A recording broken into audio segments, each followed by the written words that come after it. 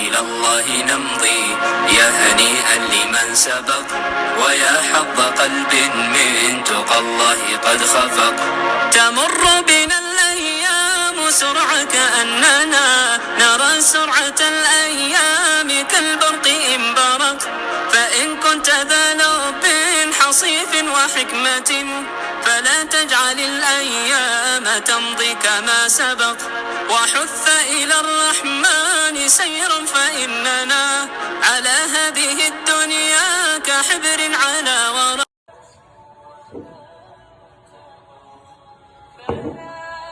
السلام عليكم ورحمة الله تعالى وبركاته. أصحابتي ذا شرفت له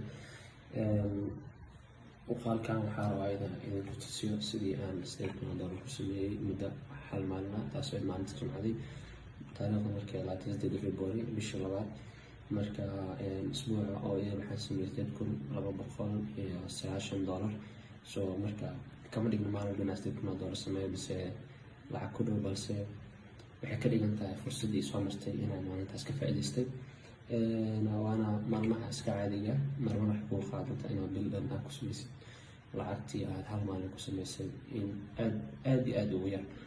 Marka trading lagu sheegay ma ahan maalin faa'iido joogto ah inaad ku sheekatid maanta $100 ku sanaa maalin $100 maantaas macnaheedu waxa waaye kasoo qaad maalintii isniintii $100 khasaartay maalintii talaadii $200 heshay maalintii arbacadii $50 heshay maalintii khamiistii waxba maalintii jimcada $500 heshay. trade lagu sheegay saas ayuu u dhigmaa.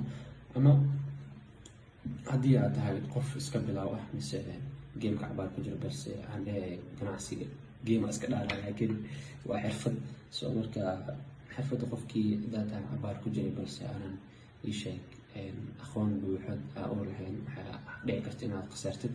So marka bal aan tusiyo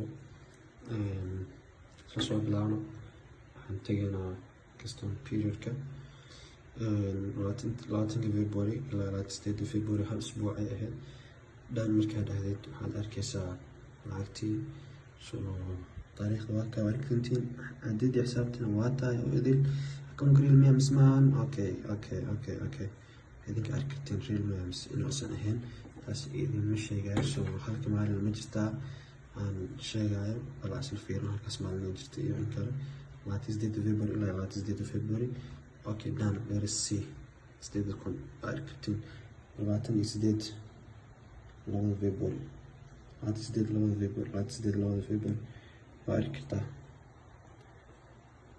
kartaa waxaan sheegaa macna kan film memes ma ahan isku haystaa okay